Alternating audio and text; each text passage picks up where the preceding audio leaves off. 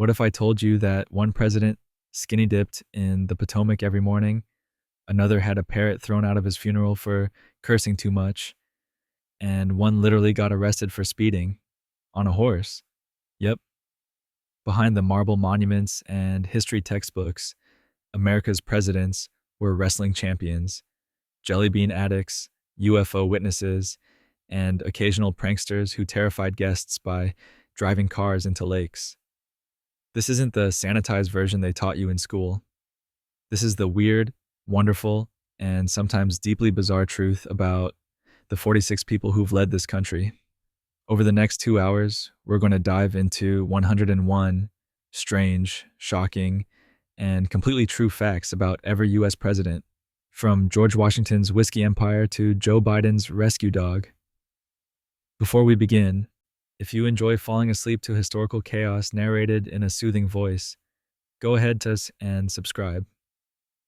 Maybe hit that like button if you're still conscious enough to find it.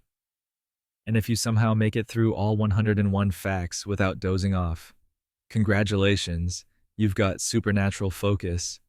Now, dim those lights, get comfortable, and let's talk about the time a founding father shipped a dead moose to France to prove a point. Starting with the man who could have been king, but said no thanks. Chapter 1. George Washington.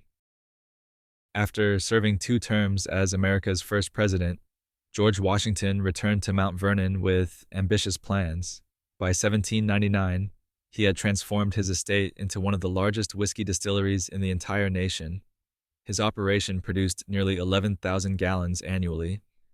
Using 5 copper stills and employing both enslaved workers and paid Scottish immigrants who understood the craft, Washington's rye whiskey became remarkably popular throughout Virginia and beyond, generating substantial profits that helped support his plantation.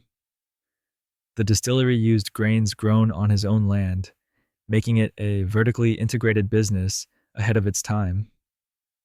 Today, Mount Vernon has reconstructed the original distillery, and visitors can purchase bottles made using Washington's authentic recipes. But, of course, Washington wasn't the only founding father with interesting quirks. His successor had quite the unusual taste in pet names. Chapter 2. John Adams. John Adams, America's second president, had a mischievous sense of humor that extended to naming his beloved dog Satan. While this might seem shocking for a deeply religious New England statesman, Adams enjoyed the irony and the reactions it provoked when calling for his pet. Historical records and letters confirm this unusual choice, though Adams also kept more conventionally named animals. His wife Abigail was equally witty, and together they exchanged over 1,000 letters filled with humor, political insights, and personal observations. The Adams household was known for lively intellectual debates and a certain irreverence towards stuffy conventions. Satan the dog lived comfortably at their Massachusetts home, probably oblivious to the theological implications of his name. And speaking of founding fathers with peculiar habits, their colleague Thomas Jefferson was busy inventing furniture. Chapter 3. Thomas Jefferson. Thomas Jefferson possessed a restless, inventive mind that couldn't resist improving everyday objects. Among his many creations was the swivel chair, which he designed and built himself in 1776. He used this revolutionary piece of furniture while drafting the Declaration of Independence in Philadelphia, spinning around to reach different documents and books scattered throughout his workspace. The original chair, with its ingenious rotating mechanism and adjustable seat, still exists today in the collections at Monticello. Jefferson believed that comfort and efficiency aided intellectual work, so he constantly redesigned his environment. Beyond the swivel chair, he invented a copying machine, designed dumbwaiters, and even created a cipher wheel for encoding messages. His modifications to Monticello reflect this innovative spirit throughout. But while Jefferson was tall and inventive, the next president was notable for entirely different physical reasons. Chapter 4. James Madison. James Madison holds the distinction of being America's smallest president, standing just 5 feet 4 inches tall and weighing under 100 pounds for most of his adult life. Despite his diminutive stature, Madison possessed an enormous intellect and earned the title Father of the Constitution for his crucial role in drafting and promoting that document. His soft voice often made him difficult to hear in large gatherings, yet his written arguments shaped American democracy profoundly. Madison's wife, Dolly, stood taller than him and became famous for her social grace and political savvy, often compensating for his quiet demeanor. He suffered from various health ailments throughout his life, but lived to 85, outliving most of his fellow founders. His small frame never prevented him from enormous achievements in philosophy, politics, and statecraft. Speaking of unusual presidential legacies, his successor left behind a rather peculiar portrait. Chapter 5. James Monroe. James Monroe's official presidential portrait contains a strange secret. It was painted after his death. The artist worked entirely from memory and descriptions provided by people who had known Monroe, as no suitable life portrait existed for the official White House collection. This posthumous painting now hangs with other presidential portraits, though art historians note its questionable accuracy. Monroe himself was the last president from the Revolutionary War generation, having fought at the Battle of Trenton, where he was seriously wounded. He wore outdated knee breeches and buckled shoes throughout his presidency, earning him a reputation as old-fashioned. The Monroe Doctrine became his most lasting legacy, warning European powers against colonizing the Americas. His death on July 4th, 1831, made him the third president to die on Independence Day. But Monroe's successor had much more colorful habits, particularly involving early morning river activities. Chapter 6.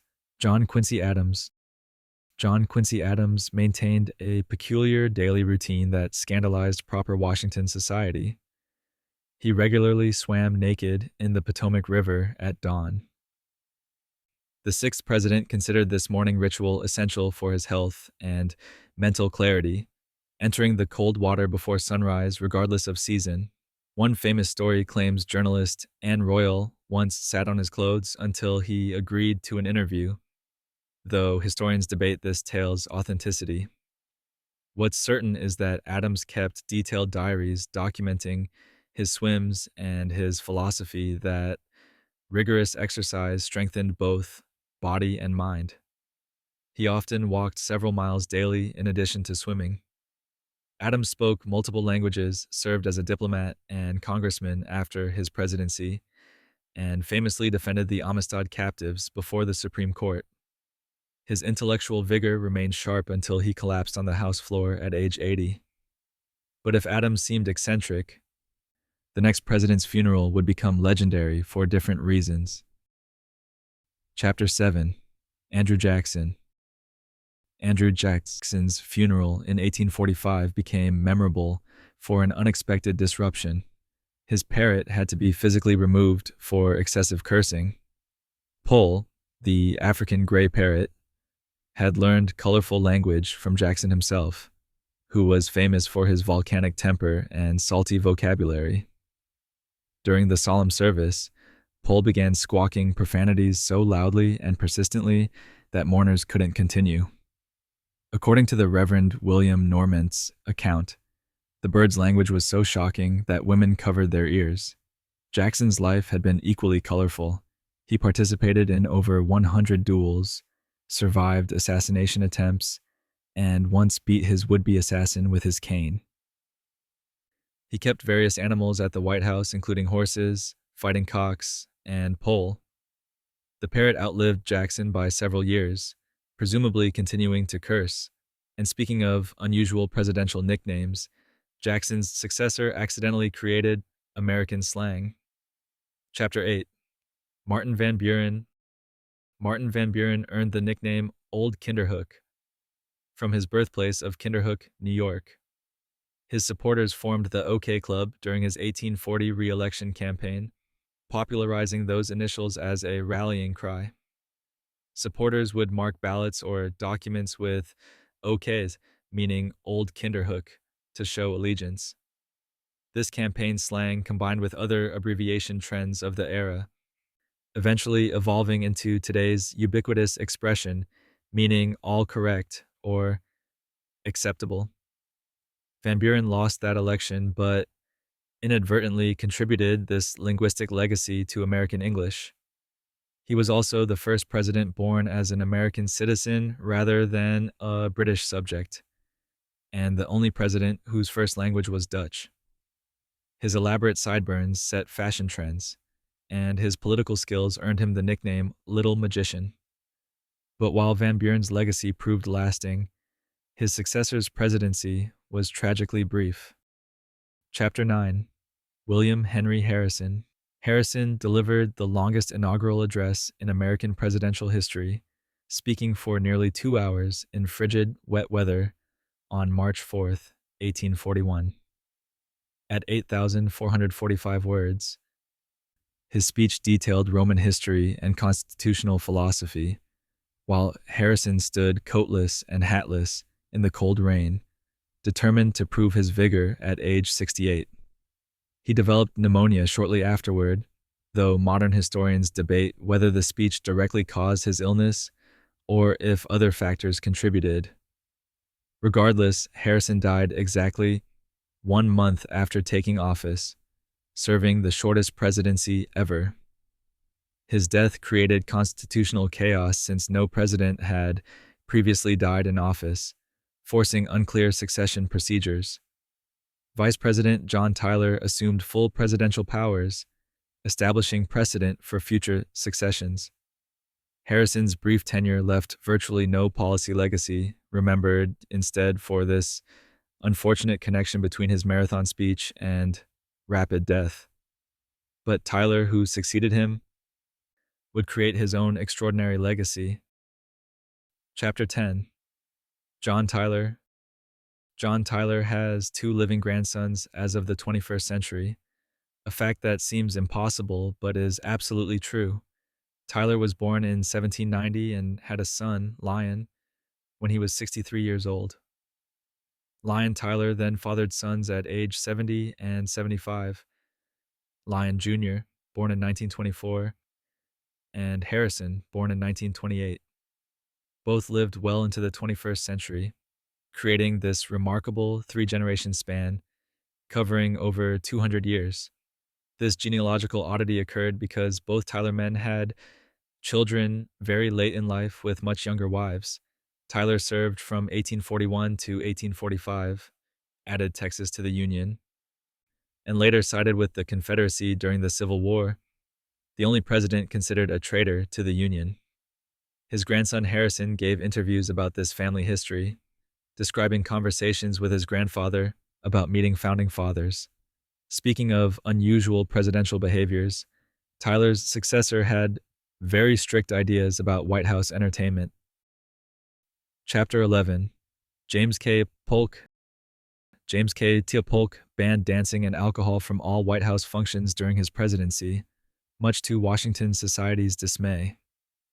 His wife Sarah, a devout Presbyterian, supported these prohibitions wholeheartedly, transforming the executive mansion into an austere workplace rather than a social hub. They observed the Sabbath strictly, refusing even to discuss politics on Sundays. Despite this stern reputation, Polk proved to be one of the hardest working presidents, often laboring 18 hours daily without vacations. He achieved all his major campaign promises, acquiring California, settling the Oregon boundary, reducing tariffs, and establishing an independent treasury. This intense dedication ruined his health. He died just 3 months after leaving office at age 53, possibly from cholera. Polk's marriage was childless, and Sarah wore black mourning clothes for the remaining 42 years of her life. But while Polk worked himself to death methodically, his successor died from something far more mundane. Chapter 12. Zachary Taylor. Zachary Taylor died in July 1850 after attending 4th of July celebrations at the Washington Monument construction site. On that sweltering day, he consumed large quantities of raw cherries and iced milk, a combination that proved fatal. Within hours, he developed severe gastroenteritis, suffering from cramping, fever, and dehydration. Doctors treated him with mercury compounds and bloodletting, which likely worsened his condition. 5 days later, Taylor died, having served only 16 months as president. For years, conspiracy theories suggested arsenic poisoning, prompting his exhumation in 1991. Forensic analysis found no evidence of poisoning. He simply died from contaminated food or cholera, worsened by 19th century medical treatment. Taylor, nicknamed Old Rough and Ready, had been a career military officer with no political experience before becoming president. His sudden death elevated Millard Fillmore to the presidency, where Fillmore would make his own mark on White House modernization. Chapter 13. Millard Fillmore.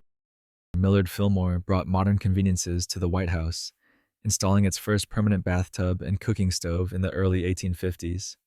Before this, presidents and staff relied on portable tubs and open hearth cooking. The new bathtub caused considerable excitement and some controversy.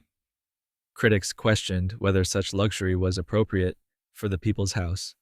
The cooking stove revolutionized White House food preparation, but intimidated the chef, who initially refused to use it until Fillmore personally demonstrated its operation. Fillmore also established the White House Library, believing presidents needed ready access to books and information. Despite these domestic improvements, his presidency struggled with slavery controversies, particularly his enforcement of the Fugitive Slave Act, which damaged his reputation and political future. He never won election to a full term of his own.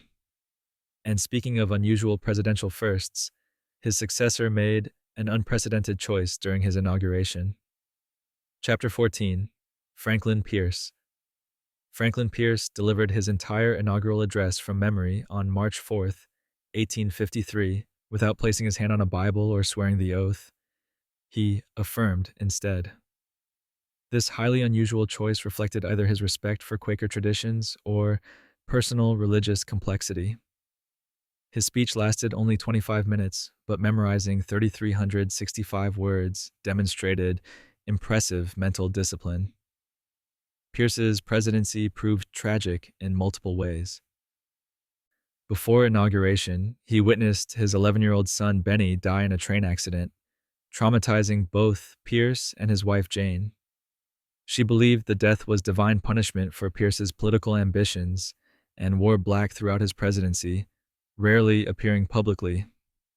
Pierce turned to alcohol to cope, and his administration's support for slavery expansion through the Kansas-Nebraska Act ignited violence. He remains one of the lowest-ranked presidents by historians. His successor, meanwhile, faced different kinds of unprecedented situations. Chapter 15. James Buchanan.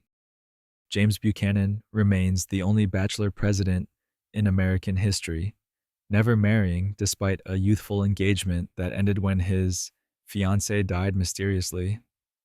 His niece Harriet Lane served as First Lady, hosting social functions with such grace that she became a celebrity and fashion icon.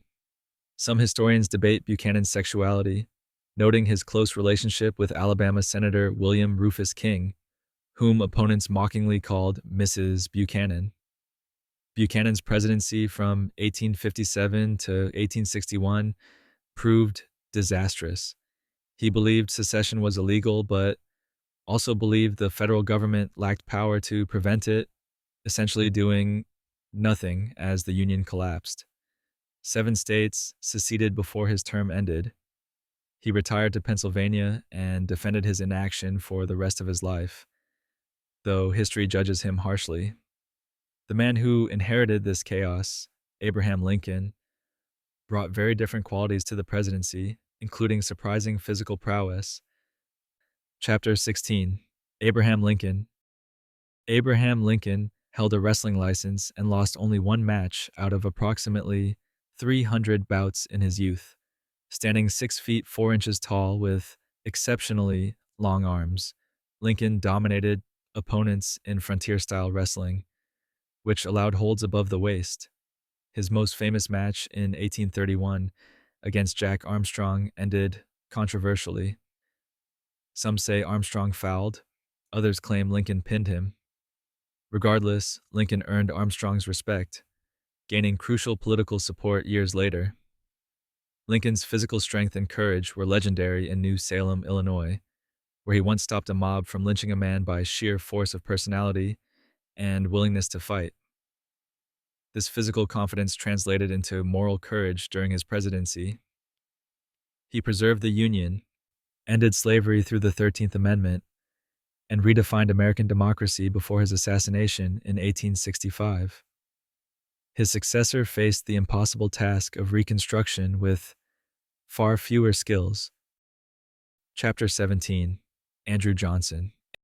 Andrew Johnson was completely illiterate until his teenage years, never attending a single day of school in his childhood. His wife, Eliza, taught him to read and write after they married when he was 18 years old. Born into extreme poverty in North Carolina, Johnson worked as a tailor's apprentice, where he first heard others reading aloud, sparking his determination to learn. He eventually opened his own tailor shop in Tennessee, where Eliza continued his education while he worked. Johnson's self-taught literacy was remarkable, but his presidency from 1865 to 1869 proved disastrous.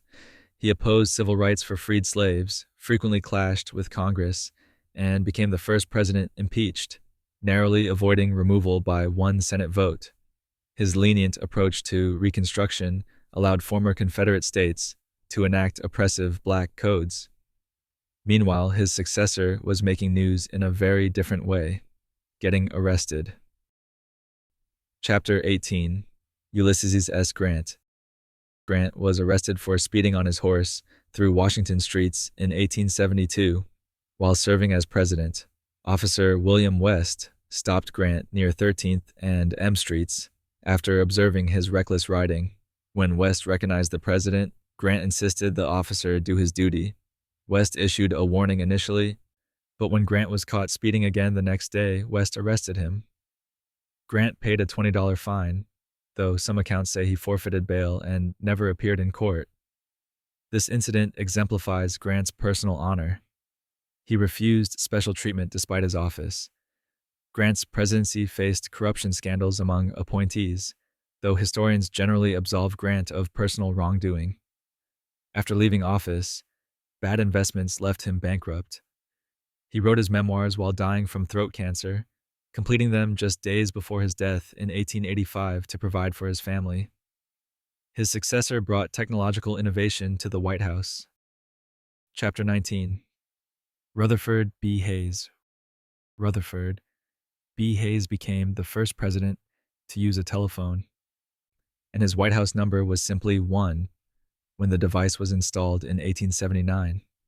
Alexander Graham Bell personally demonstrated the technology to Hayes, who immediately recognized its potential despite initial skepticism from others who considered it a novelty. Hayes made his first call to the Treasury Department, located 13 blocks away. His wife, Lucy, was the real character, though. Nicknamed Lemonade Lucy, she banned alcohol from the White House, resuming the strict policy of James Polk. She was also the first lady with a college degree. Hayes won the presidency through the controversial election of 1876, essentially a backroom deal after disputed electoral votes. He served one term as promised and advocated for civil service reform and education. But Hayes's modest abilities pale compared to the next president's extraordinary talent. Chapter 20. James A. Garfield. Garfield possessed an extraordinary ability. He could simultaneously write Greek with one hand and Latin with the other, producing different texts at the same time. This ambidextrous linguistic skill demonstrated remarkable mental coordination and deep classical education. Garfield spoke multiple languages, taught ancient languages at college level, and could write or speak fluently in Latin, Greek, German, and French. He was also an accomplished mathematician who created an original proof of the Pythagorean theorem while serving in Congress. Garfield's presidency lasted only 200 days before Charles Guiteau shot him on July 2nd, 1881. The bullet itself might not have been fatal. but doctors repeatedly probed the wound with unsterilized instruments, causing massive infection. Alexander Graham Bell even attempted to locate the bullet with a metal detector he invented specifically for this purpose. Garfield died September 19th. His successor had rather different preoccupations, particularly with fashion. Chapter 21. Chester A. Arthur Chester A. Arthur owned more than 80 pairs of pants and changed his outfits multiple times daily, earning a reputation as the best-dressed president in American history. He employed a personal valet and refused to wear the same combination twice within weeks. Arthur's elegant appearance and refined tastes transformed the White House into a sophisticated social center. When he assumed the presidency after Garfield's assassination in 1881, many expected corruption since Arthur had been a product of New York's political machine. Instead, he surprised everyone by championing civil service reform and signing the Pendleton Act, which established merit-based federal employment. Arthur kept his diagnosis of fatal kidney disease secret throughout his presidency, knowing it would make him a lame duck. He died in 1886 at age 57, less than 2 years after leaving office. His successor also had a complicated personal history that would resurface during his presidency. Chapter 22. Grover Cleveland. Grover Cleveland legally executed 2 men while serving as sheriff of Erie County, New York, before his political career. Rather than delegating this grim duty, Cleveland personally sprang the trap on the gallows in 1872 and 1876, believing that if the state sanctioned executions, he shouldn't ask others to do what he wouldn't do himself. This controversial decision demonstrated Cleveland's sense of duty, but haunted his later political campaigns. Cleveland remains unique as the only president to serve non-consecutive terms, the 22nd and 24th president. During his first term, he married Frances Folsom, 27 years his junior and the youngest first lady ever at age 21. Cleveland also admitted to fathering a child out of wedlock, a scandal that emerged during his first presidential campaign. His famous response, "Tell the truth," actually helped him politically. Speaking of unusual firsts, his successor had a very different kind of technological challenge. Chapter 23, Benjamin Harrison. Benjamin Harrison became the first president with electricity in the White House in 1891, but he and his wife Caroline were terrified of electrocution and refused to touch the light switches. White House staff had to turn the lights on before the Harrisons arrived and turn them off after they left rooms. The family often went to sleep with all the lights blazing because nobody dared touch the switches before retiring. This fear wasn't entirely irrational. Electrical wiring was new, often faulty, and electrical fires were common. Harrison's presidency saw enormous technological change: electric streetlights, early motion pictures, and the first transcontinental telephone lines. He also added 6 states to the Union: North Dakota, South Dakota, Montana, Washington, Idaho, and Wyoming. His grandfather was President William Henry Harrison, making them the only grandfather-grandson presidential pair. Harrison lost re-election to Grover Cleveland in 1892. The next president had an unusual relationship with Lucky Charms. Chapter 24, William McKinley. William McKinley habitually wore a red carnation on his lapel, considering it his lucky charm. He wore it during both successful presidential campaigns and throughout his presidency, even starting a trend among supporters who wore red carnations to show allegiance. McKinley would often give his lucky carnation to visitors, especially children, replacing it with a fresh one afterward. On September 6, 1901, while greeting visitors at the Pan American Exposition in Buffalo, McKinley gave his carnation to a young girl. Minutes later, Leon Czolgosz approached and shot McKinley twice. The president died 8 days later from gangrene. Some consider the missing carnation eerily symbolic, though coincidence is more likely than supernatural intervention. McKinley's presidency expanded American influence overseas through the Spanish-American War, acquiring Puerto Rico, Guam, and the Philippines. His vice president and successor, Theodore Roosevelt, would expand that imperial ambition considerably while demonstrating extraordinary mental abilities. Chapter 25, Theodore Roosevelt. Theodore Roosevelt possessed a photographic memory and maintained a lifelong habit of reading at least one book daily, often finishing two or three. He could quote lengthy passages verbatim from books he'd read years earlier. Roosevelt's reading pace was extraordinary. He would read entire pages at a glance, absorbing information with remarkable speed and retention. His personal library contained tens of thousands of books, and he authored 35 books himself on subjects ranging from history to natural science. Beyond his intellect, Roosevelt embodied his strenuous life philosophy. He boxed in the White House until a punch blinded his left eye, practiced judo, rode horses extensively, and took guests on exhausting hikes. He survived an assassination attempt in 1912 when a bullet lodged in his chest. He insisted on delivering his scheduled speech before seeking medical attention. His presidency transformed federal power, trust busting, conserving natural resources, and expanding American influence globally. His hand-picked successor was notable for different physical reasons.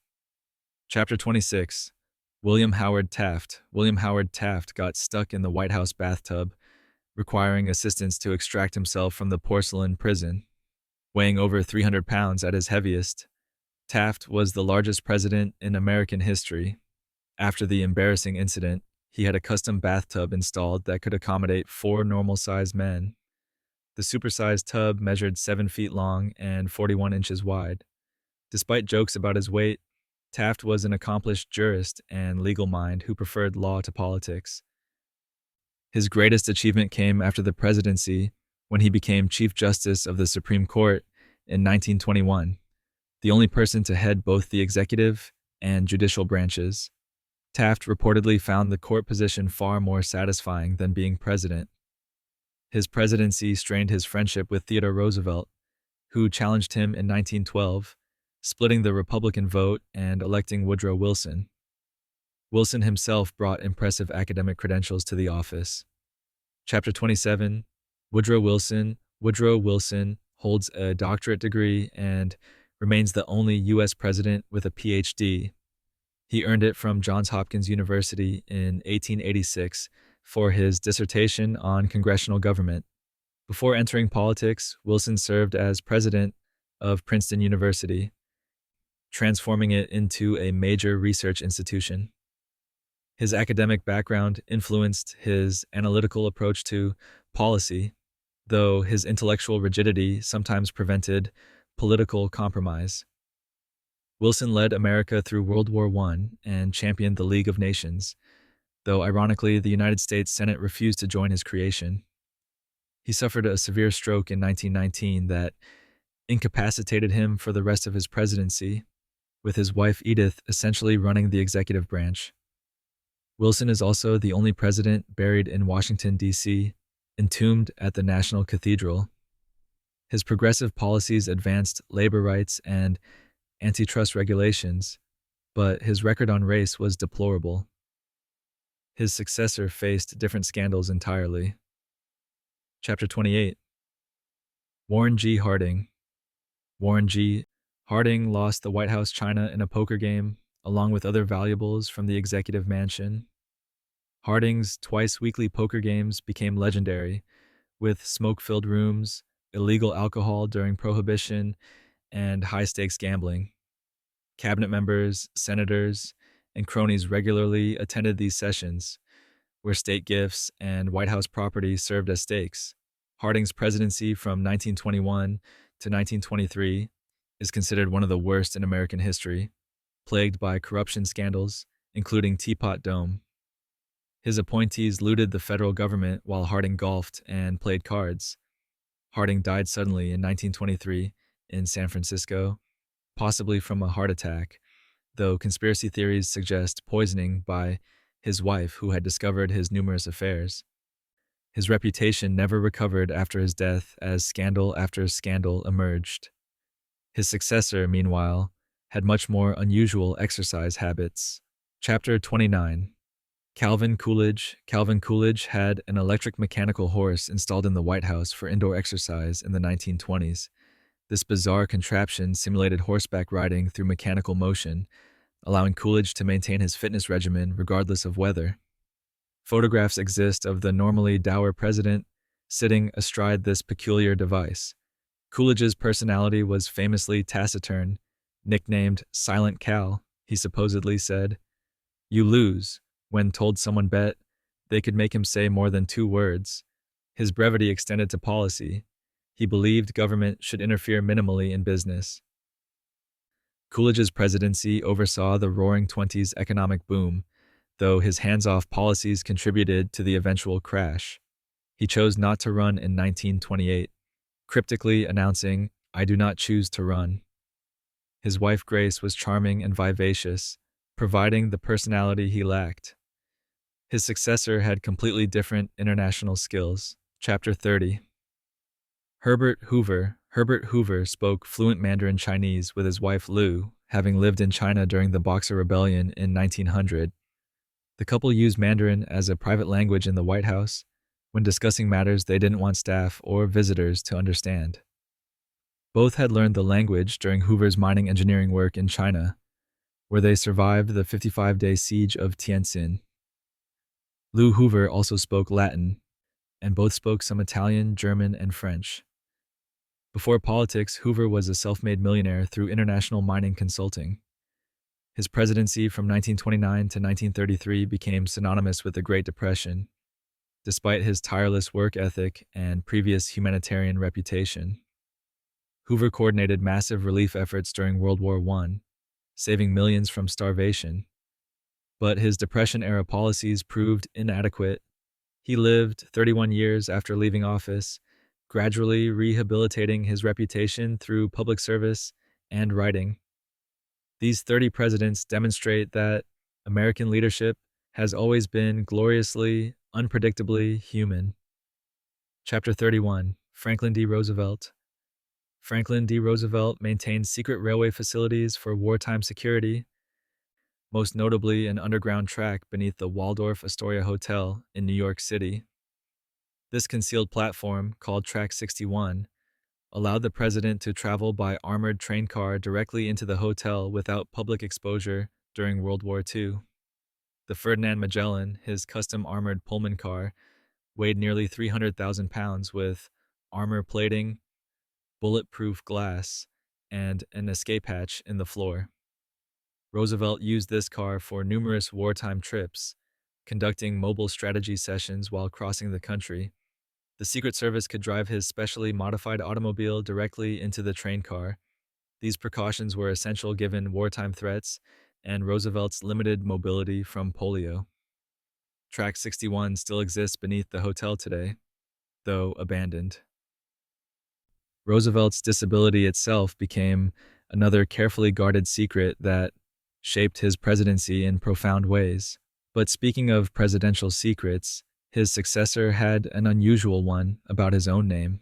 Chapter 32. Harry S. Truman. Harry S.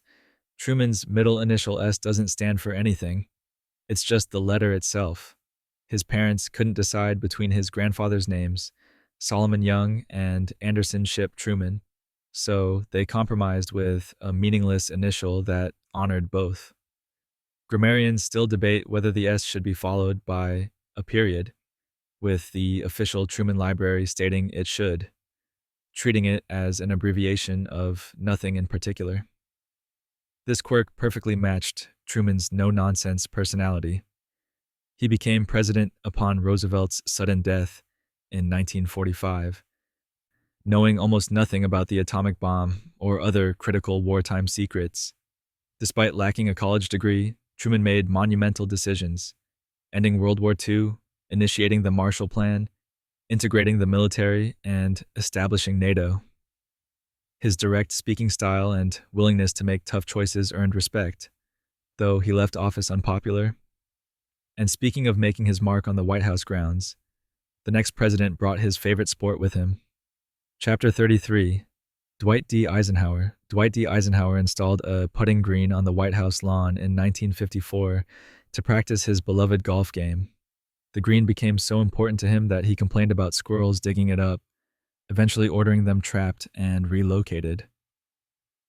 Eisenhower's passion for golf was legendary. He played nearly 800 rounds during his presidency, sometimes sneaking away for afternoon sessions.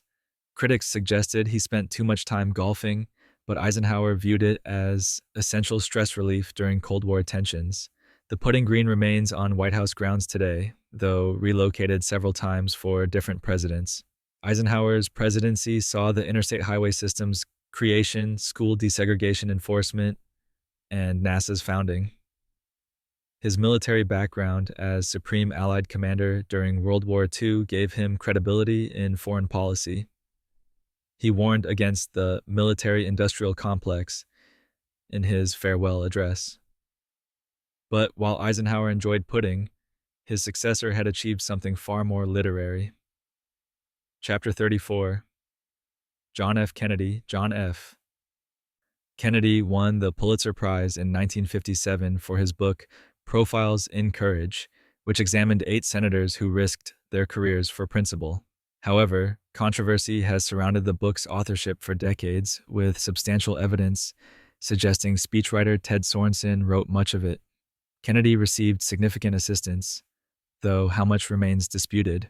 Regardless, Kennedy remains the only president to win a Pulitzer Prize. His presidency from 1961 until his assassination in 1963 transformed American politics.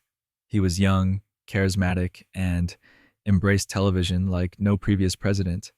Kennedy established the Peace Corps, navigated the Cuban Missile Crisis, and committed America to landing on the moon. His inspiring rhetoric and tragic death created an enduring legend. Behind the polished image, Kennedy suffered chronic health problems requiring daily medications. His successor, Lyndon Johnson, cultivated a very different presidential style, particularly regarding personal boundaries. Chapter 35. Lyndon B. Johnson. Lyndon B. Johnson regularly conducted staff meetings and briefings while sitting on the toilet, showing absolutely no embarrassment about this habit. Johnson's imposing physical presence and domineering personality manifested in many ways, including violating normal social boundaries. He would summon aides into the bathroom while conducting business, believing this kept subordinates off balance and asserted his dominance. Johnson stood 6 feet 4 inches tall and used his size to intimidate, literally leaning over people in what became known as the Johnson treatment.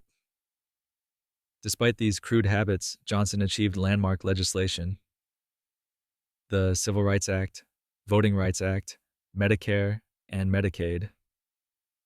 His Great Society programs expanded federal power dramatically. However, the Vietnam War destroyed his presidency, and he declined to run for re-election in 1968. Johnson's complexity, both crude and visionary, makes him one of history's most contradictory presidents. His successor, meanwhile, possessed surprising artistic talents that few knew about. Chapter 36. Richard Nixon. Richard Nixon played 5 musical instruments: piano, violin, clarinet, saxophone, and accordion, and displayed genuine talent, particularly on piano. He studied music seriously in his youth and performed publicly multiple times during his presidency. Nixon composed several piano pieces, though claims about a full concerto are exaggerated. He played at the Grand Ole Opry and performed a piano piece he had written on a television special. This artistic side contrasted sharply with his political ruthlessness. Nixon's presidency from 1969 to 1974 achieved diplomatic breakthroughs with China and the Soviet Union, established the Environmental Protection Agency, and ended the Vietnam War draft. However, the Watergate scandal forced his resignation in 1974, making him the only president to resign. Nixon spent his remaining years attempting to rehabilitate his reputation through foreign policy commentary and memoirs. His successor came from a completely different world, including an unexpected modeling career. Chapter 37. Gerald Ford. Gerald Ford worked as a professional fashion model during his college years, appearing in Look magazine and other publications.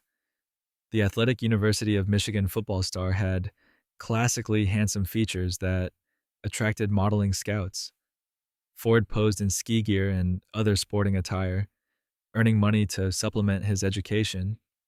He turned down professional football offers from the Detroit Lions and Green Bay Packers to attend Yale Law School instead. Ford became president in 1974 without ever being elected president or vice president, the only person to achieve this.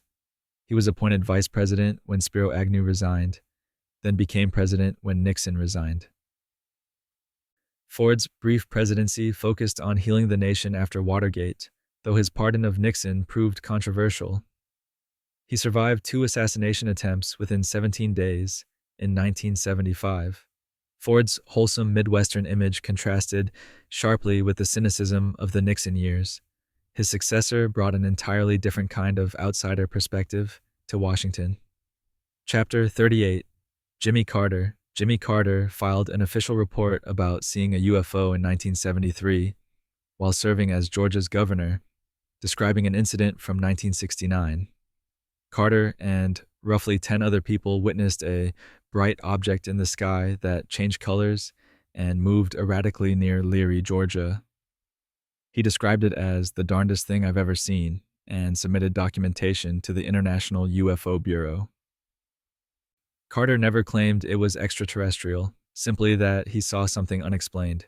During his presidential campaign, he promised to release classified UFO documents, but never did after taking office. Carter's presidency from 1977 to 1981 emphasized human rights, environmental protection, and energy independence. The Iran hostage crisis dominated his final year and contributed to his re-election loss. Post-presidency, Carter became the most active former president in history through his humanitarian work and Habitat for Humanity. His successor brought Hollywood experience and different kinds of close encounters with fame. Chapter 39. Ronald Reagan. Ronald Reagan hosted General Electric Theater from 1954 to 1962, introducing dramatic television episodes and occasionally starring in them. This program made him a household name before his political career. Reagan appeared in over 50 films during his Hollywood career, including Knute Rockne, All-American, where he played George Gipp, earning his Gipper nickname.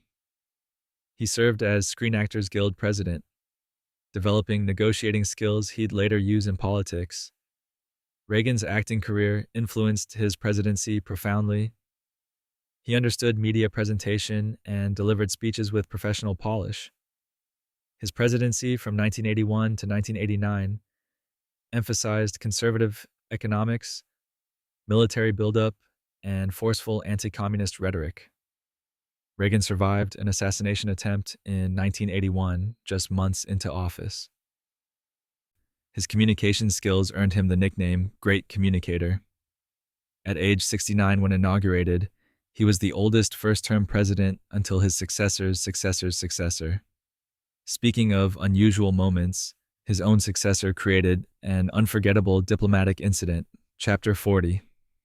George H.W. Bush. George H.W. Bush threw up on Japanese Prime Minister Kiichi Miyazawa during a state dinner in Tokyo in 1992, collapsing afterward in a moment broadcast worldwide. Bush had been suffering from intestinal flu, but insisted on attending the formal dinner anyway. The incident created the Japanese term bushusuru, meaning to do the Bush thing or vomit in public. Bush recovered quickly and even joked about it later, but the image damaged his re-election campaign by making him appear weak. Despite this embarrassing moment, Bush's presidency from 1989 to 1993 saw the Cold War's end, German reunification, and victory in the Gulf War. His foreign policy experience as former CIA director and vice president served him well. Bush lost re-election partly because of economic recession and breaking his read my lips, no new taxes promise. And speaking of technological firsts, His successor would embrace the digital age in unprecedented ways. Chapter 41. Bill Clinton. Bill Clinton sent the first presidential email in 1998 to astronaut John Glenn, who was aboard the Space Shuttle Discovery at age 77. Clinton wrote, congratulating Glenn on returning to space 36 years after becoming the first American to orbit Earth.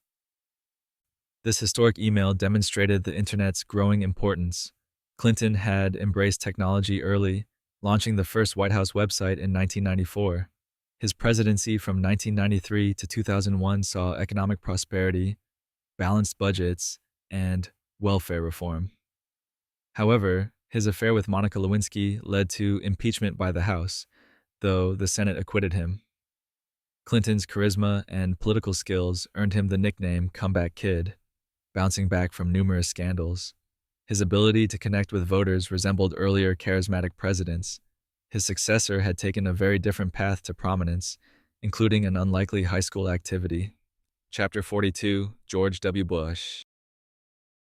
Bush served as head cheerleader at Phillips Academy, Andover, during his senior year in 1964.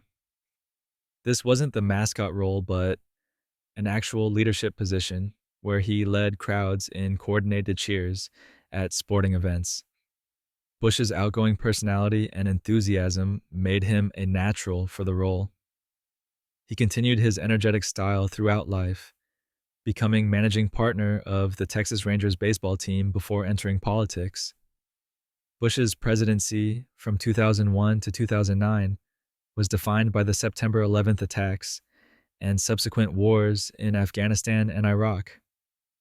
He launched the War on Terror, created the Department of Homeland Security, and pushed major tax cuts. His folksy speaking style and frequent verbal gaffes contrasted with his Ivy League education. Bush left office during the financial crisis, with approval ratings among the lowest ever recorded. His successor represented historic change and brought unexpected cultural interest to the White House. Chapter 43. Barack Obama. Barack Obama collected comic books as a child, particularly enjoying Spider-Man and Conan the Barbarian. He's mentioned these comics in interviews, noting how Spider-Man resonated with him as a character dealing with dual identities, something Obama related to given his multicultural background. Obama occasionally referenced pop culture in speeches, connecting with younger voters. His presidency from 2009 to 2017 made history as America's first black president. Obama inherited the Great Recession and passed the Affordable Care Act, his signature domestic achievement. He authorized the raid that killed Osama bin Laden and normalized relations with Cuba. Obama's eloquent speaking style and cool demeanor earned him both devoted followers and harsh critics. He faced unprecedented congressional obstruction but maintained high personal approval ratings. And speaking of unique distinctions, his successor holds a very different kind of fame. Chapter 44. Donald Trump. Donald Trump is the only president with a star on the Hollywood Walk of Fame, receiving it in 2007 for his work producing and hosting The Apprentice television show. The reality show ran for 14 seasons and made Trump's "You're fired" catchphrase famous. Trump's celebrity status before politics was unusual. Most presidents built fame through public service, but Trump was already a household name through real estate, branding, and entertainment. His presidency from 2017 to 2021 shattered political norms with his confrontational style and extensive use of social media, particularly Twitter. Trump was impeached twice, first regarding Ukraine, and later for the January 6th Capitol riot. He lost re-election in 2020 but refused to concede, claiming fraud without evidence. His impact on American politics continues beyond his presidency. His successor, meanwhile, overcame personal challenges throughout his long political career. Chapter 45. Joe Biden. Joe Biden has dealt with a lifelong stutter, working to overcome it by reciting poetry in front of a mirror, particularly Yeats and Emerson. He still occasionally stumbles over words, though he's largely conquered the impediment that tormented his youth. Biden faced cruel teasing as a child, once getting into a fight with a boy who mocked his stutter. He's spoken openly about this challenge, connecting with others who have speech difficulties. Biden's political career spans nearly 50 years. He was first elected to the Senate in 1972 at age 29. Tragedy struck when his first wife and daughter died in a car accident weeks after his election. He commuted daily from Delaware to Washington by Amtrak, earning the nickname Amtrak Joe. His presidency began in 2021 during the pandemic, but beyond individual presidents, some presidential artifacts have their own fascinating stories, like Lincoln's distinctive facial hair. Chapter 46, Lincoln's Beard. Abraham Lincoln grew his iconic beard because 11-year-old Grace Bedell wrote him a letter during the 1860 presidential campaign suggesting it would improve his appearance. She wrote from Westfield, New York, "If you let your whiskers grow, I will try and get the rest of them to vote for you." Lincoln, who had been clean-shaven his entire life, apparently took her advice seriously. He started growing his beard shortly after winning the election and first appeared bearded in public in February 1861. During his journey to Washington for inauguration, Lincoln stopped in Westfield and asked to meet Grace, telling the crowd she had inspired his new look. Lincoln's beard became so iconic that it's nearly impossible to imagine him without it. Yet that famous bearded face never appeared on campaign materials or pre-presidential portraits. And speaking of presidential innovations, another leader's infrastructure vision would reshape America forever. Chapter 47. Eisenhower's interstate system. Dwight Eisenhower's interstate highway system was inspired partly by Germany's Autobahn and military necessity. As a young Army officer in 1919, Eisenhower participated in a cross-country convoy that took 62 days, averaging 5 miles per hour. Later, during World War II, he observed how German Autobahns facilitated rapid troop movement. Eisenhower envisioned highways serving dual purposes: civilian commerce and military mobilization during emergencies, including potential evacuation during nuclear war. The Federal Aid Highway Act of 1956 created the 41,000-mile system, though Cold War defense justifications helped sell the project to Congress. The interstates transformed American life, enabling suburbs, changing commerce, and reshaping cities. Some urban neighborhoods were destroyed by highway construction, particularly affecting minority communities. This massive infrastructure project remains Eisenhower's most visible domestic legacy. But while Eisenhower built highways, an earlier president survived an attack thanks to something he was carrying in his pocket. Chapter 48. Theodore Roosevelt's eyeglasses. Theodore Roosevelt survived an assassination attempt in October 1912 because a folded 50-page speech manuscript and his metal eyeglasses case slowed. The bullet fired into his chest. John Schrank shot Roosevelt outside a Milwaukee hotel before a campaign speech. The bullet lodged in Roosevelt's chest muscle, missing vital organs. Roosevelt insisted on delivering his 90-minute speech before seeking medical treatment, showing the crowd his blood-stained shirt and declaring, "It takes more than that to kill a bull moose." Doctors decided removing the bullet was more dangerous than leaving it, so Roosevelt carried it the rest of his life. The speech manuscript, now preserved in the Library of Congress, shows the bullet hole. Roosevelt lost the election but survived another 6 years. His legendary toughness and energy had carried him through countless adventures. Speaking of presidential resilience in the face of physical challenges, another president went to extraordinary lengths to conceal his disability. Chapter 49. Taft's giant bathtub. William Howard Taft's custom White House bathtub was enormous, reportedly large enough to hold 4 average-sized men. Measuring 7 feet long and 41 inches wide, the tub was installed after Taft got stuck in the regular bathtub. Weighing over 300 pounds at his peak, Taft was the heaviest president and needed accommodation. A famous photograph shows 4 workmen sitting comfortably inside the tub during installation.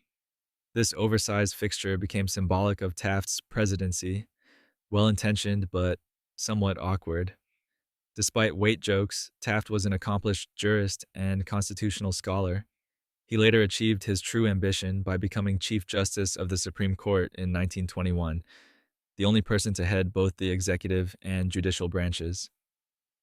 Taft reportedly said being Chief Justice was far more satisfying than being president. And speaking of physical challenges hidden from public view, Franklin Roosevelt's disability required elaborate concealment. Chapter 50, FDR's secret polio braces. Franklin D. Roosevelt wore heavy steel leg braces locked in place for public appearances and photos, going to extraordinary lengths to hide his paralysis from polio. He couldn't walk without assistance, but created an elaborate illusion of mobility. Roosevelt would lock his braces, grip someone's arm, and swing his hips to create the appearance of walking. Podiums were carefully positioned to hide his legs, and photographers agreed not to capture him in wheelchairs, falling, or being carried. This unspoken agreement with the press seems remarkable today, but reflected different media ethics. Only 2 photographs are known showing Roosevelt in a wheelchair. His disability shaped his empathy and determination. Friends said polio transformed him from a superficial aristocrat into a compassionate leader. Roosevelt feared appearing weak during the Depression and World War II, believing public knowledge of his paralysis would undermine confidence.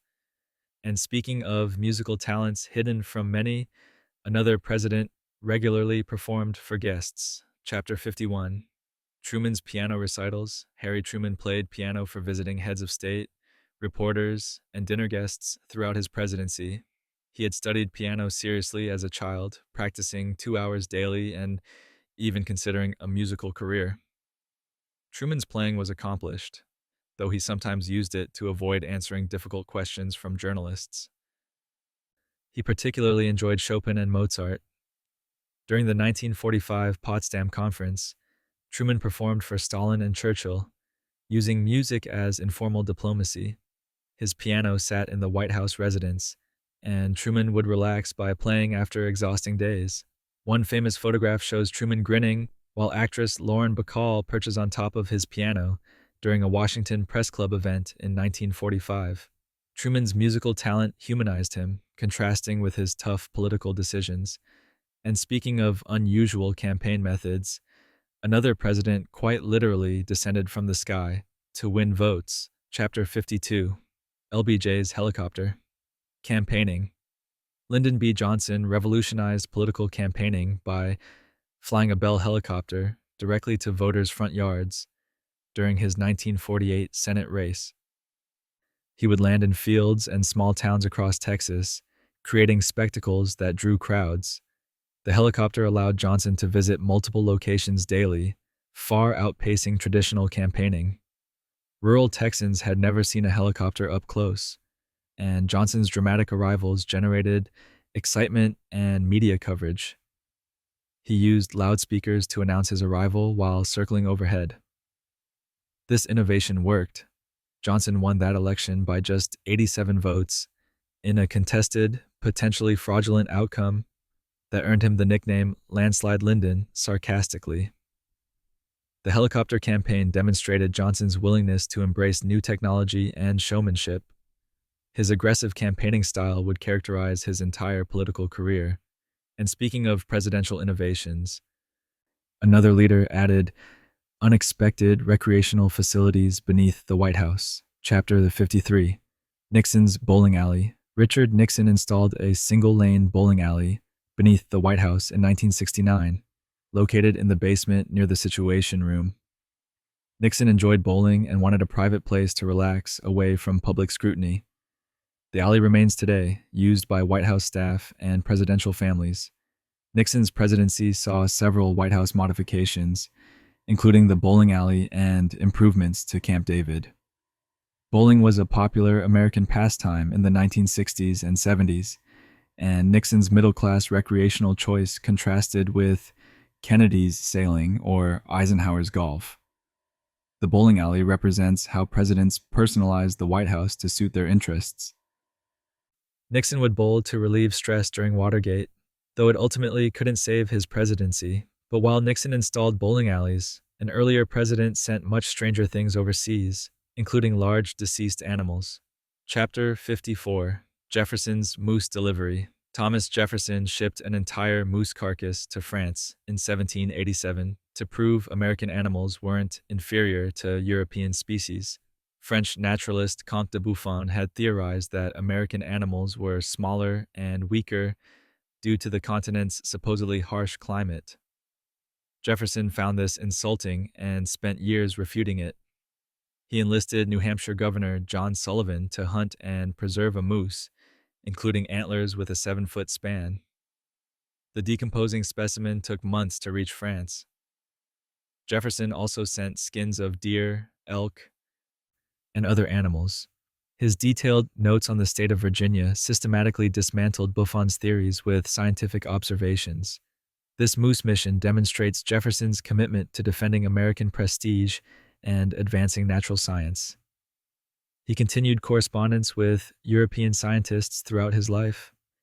And speaking of unusual presidential methods for resolving conflicts, a modern president once chose beer as a diplomatic tool. Chapter 55, Obama's Beer Summit. Barack Obama held the famous Beer Summit in July 2009 at the White House to diffuse racial controversy after commenting on the arrest of Harvard professor Henry Louis Gates Jr. in his own home. Obama said police acted stupidly, sparking national debate. To calm tensions, Obama invited Gates and the arresting officer, Sergeant James Crowley, for beers on the White House patio. Vice President Biden joined them. They drank different beers. Obama had Bud Light. Biden had Buckler non-alcoholic. Gates Sam Adams Light. And Crowley had Blue Moon. Media extensively covered this casual meeting, photographing the four men around a table. While critics dismissed it as political theater, the summit represented an attempt at dialogue across racial divides. The incident highlighted ongoing tensions around race and policing in America. And speaking of diffusing situations, one president became famous for using even fewer words than Obama used, explaining that beer summit. Chapter 56, Coolidge's Silence. Calvin Coolidge famously responded, "You lose," when a dinner companion bet she could make him say more than 2 words. This anecdote perfectly captures Silent Cal's legendary taciturnity. Coolidge believed silence was a virtue and that speaking unnecessarily was foolish. His wife, Grace, once said, "I learned early in our marriage that I was not to disturb him when he was thinking." Coolidge would sit through dinner saying almost nothing, frustrating guests who expected presidential conversation. Despite his quietness, Coolidge's presidency from 1923 to 1929 saw significant accomplishments, though his hands-off approach to financial regulation contributed to the eventual stock market crash.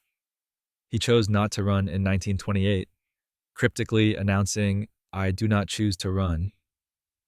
Coolidge's verbal restraint contrasted sharply with most politicians.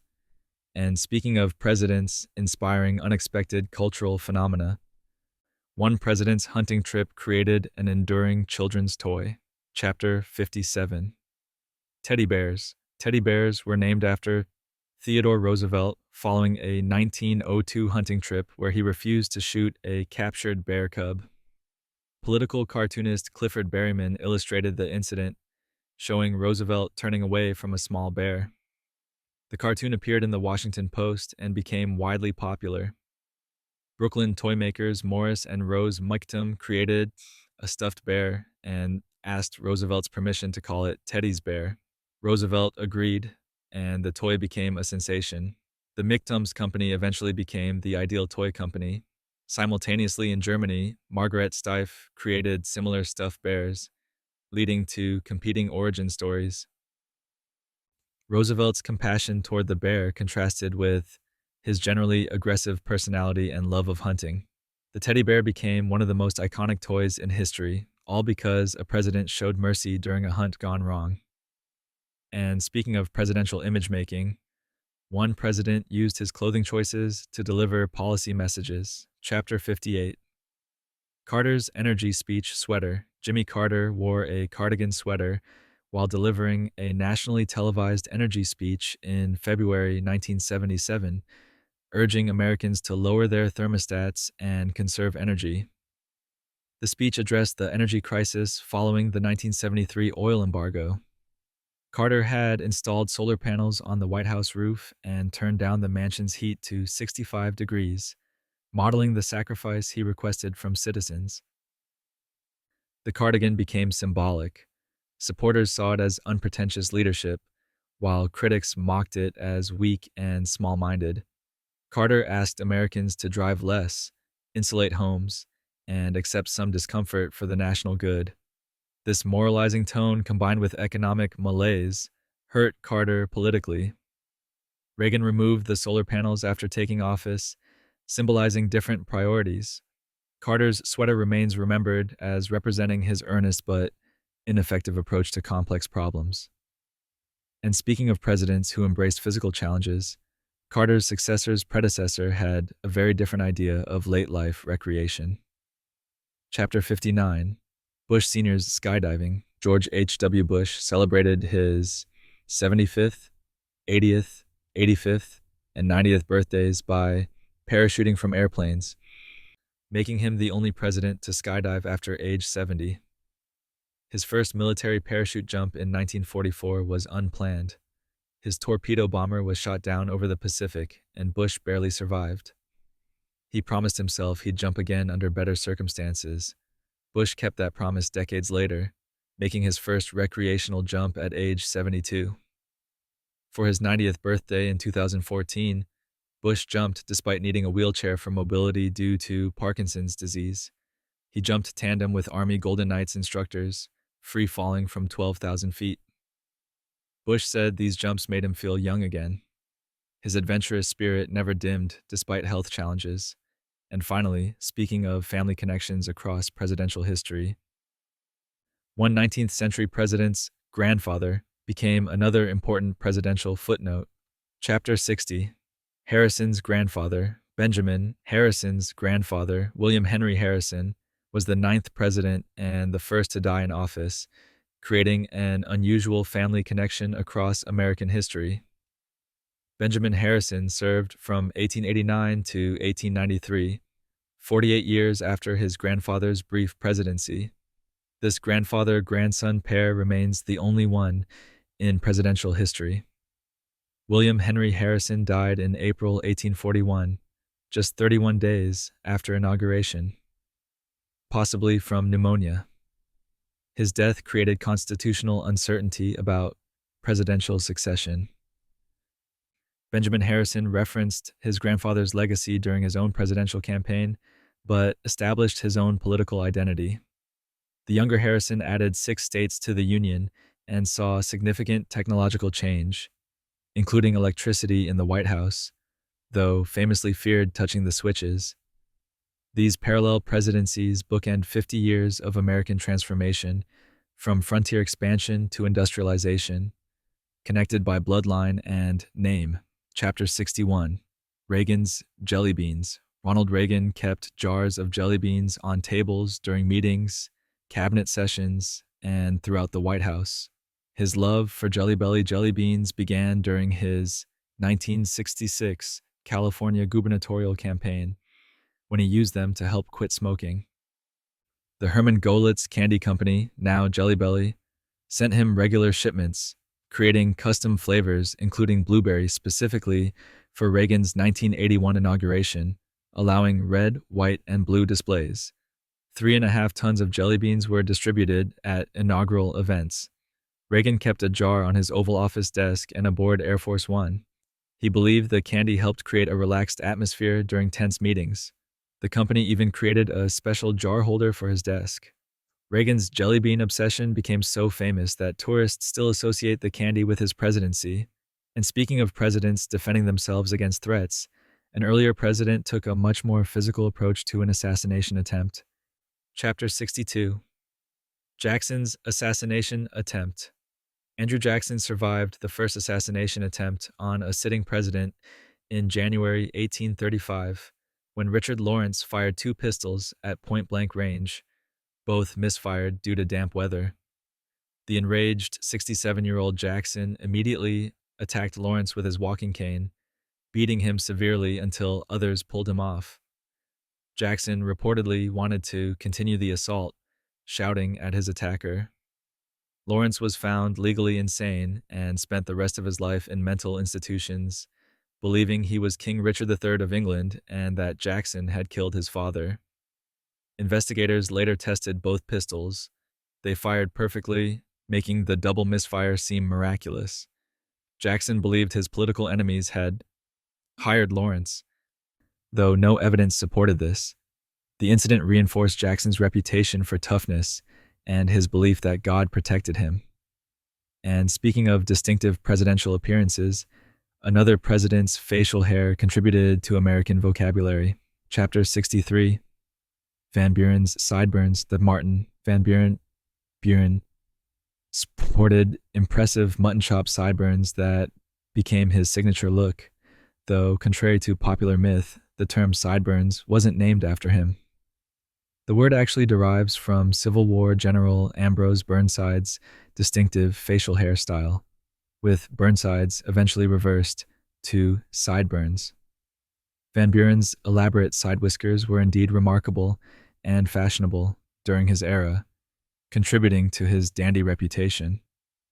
He was the first president born as an American citizen and the only one whose first language was Dutch. Van Buren's meticulous attention to appearance included expensive clothing and careful grooming that critics mocked as vain. His political skills earned him nicknames like Little Magician and Red Fox of Kinderhook. Despite his fashion consciousness, Van Buren's presidency struggled with economic depression.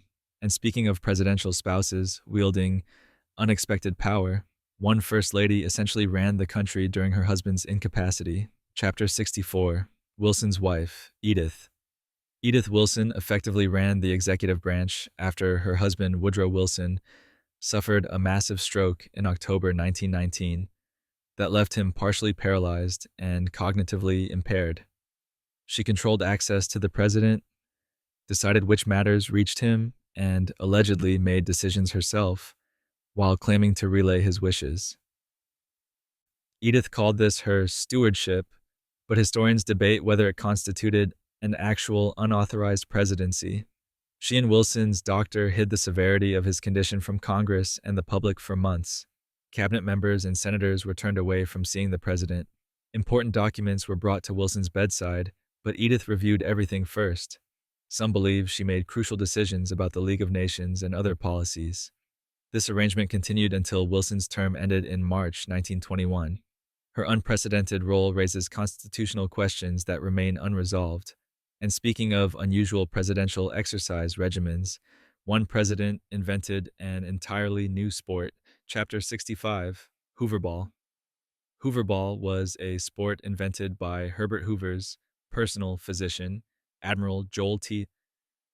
Boone, to keep the sedentary president fit. The game combines elements of volleyball, tennis, and basketball, played with a 6-pound medicine ball on a court with an 8-foot net. Teams of 2 to 4 players catch and throw the ball over the net, scoring when opponents fail to catch it. Hoover played every morning at 6:30 with cabinet members and aides, the group nicknamed the Medicine Ball Cabinet. These sessions became legendary for mixing exercise with informal policy discussions. The sport still exists today with organized tournaments and an official governing body. Hoover was initially overweight when entering the presidency, but lost considerable weight through regular Hooverball sessions. The sport represents early 20th century beliefs about exercise and fitness. And speaking of presidents giving unusual gifts, a modern president once gave a peculiar present to royalty. Chapter 66, Obama's iPod playlist. Barack Obama gave Queen Elizabeth II a personalized iPod loaded with show tunes and recordings of her 2007 visit to America during their first meeting in 2009. The gift sparked controversy. Critics questioned whether giving the Queen an iPod was appropriate or presumptuous, particularly since she already owned an iPod. The playlist included Richard Rodgers' compositions and photos from her previous U.S. visit. British media criticized the gift as unimaginative and potentially insulting, though Buckingham Palace politely accepted it. Obama also gave her a rare songbook signed by Richard Rogers. The incident highlighted cultural differences in diplomatic gift giving and the challenges of selecting appropriate presents for someone who owns everything. The Queen reciprocated with a signed photograph in a silver frame, a traditional royal gift. And speaking of unusual presidential health measures from earlier eras, one president went to extraordinary lengths to hide a medical condition. Chapter 67, Cleveland's Surgery at Sea Grover. Cleveland secretly underwent cancer surgery aboard a yacht in July 1893 to avoid public panic during economic crisis. Cleveland discovered a rough patch in his mouth that proved to be aggressive oral cancer. To prevent financial panic, the nation was experiencing severe depression. Cleveland, his doctors, and close associates maintained absolute secrecy. The surgery occurred aboard the yacht Oneida in New York's East River, disguised as a pleasure cruise. Surgeons removed Cleveland's upper left jaw and part of his palate, a remarkably dangerous operation. They installed a rubber prosthesis to maintain his facial appearance and speech. Cleveland recovered at his Cape Cod home, and the secret held for decades. One journalist who reported the story was denounced as a liar, and the truth only emerged fully in 1917, 9 years after Cleveland's death. This deception seems unthinkable today. And speaking of medical devices affecting presidential history, another president's health equipment may have had tragic consequences. Chapter 68, Kennedy's Back Brace, John F. Kennedy wore a rigid back brace constantly due to severe chronic back pain from old injuries and Addison's disease.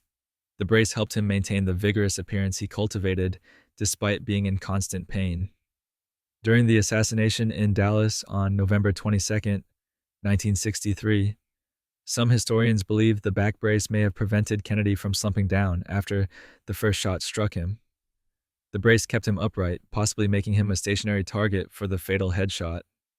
Immediately after the first bullet hit, Kennedy's brace held him in an erect position rather than allowing him to collapse below the car's protective structure. This theory remains debated among assassination researchers, but the brace's rigidity is undisputed. Kennedy underwent numerous back surgeries throughout his life, nearly dying from one infection. His medical struggles were hidden from voters and the public. And speaking of unusual presidential quirks, a recent president had a very specific beverage preference. Chapter 69, Trump's Diet Coke button. Donald Trump had a red button installed on the Resolute desk in the Oval Office that summoned a butler with a Diet Coke whenever pressed. Trump reportedly consumed up to 12 Diet Cokes daily, and the button ensured instant service. The button sat in a wooden box on his desk alongside other items. When journalists noticed it during interviews, Trump would sometimes demonstrate it, with a butler promptly appearing with his drink on a silver tray.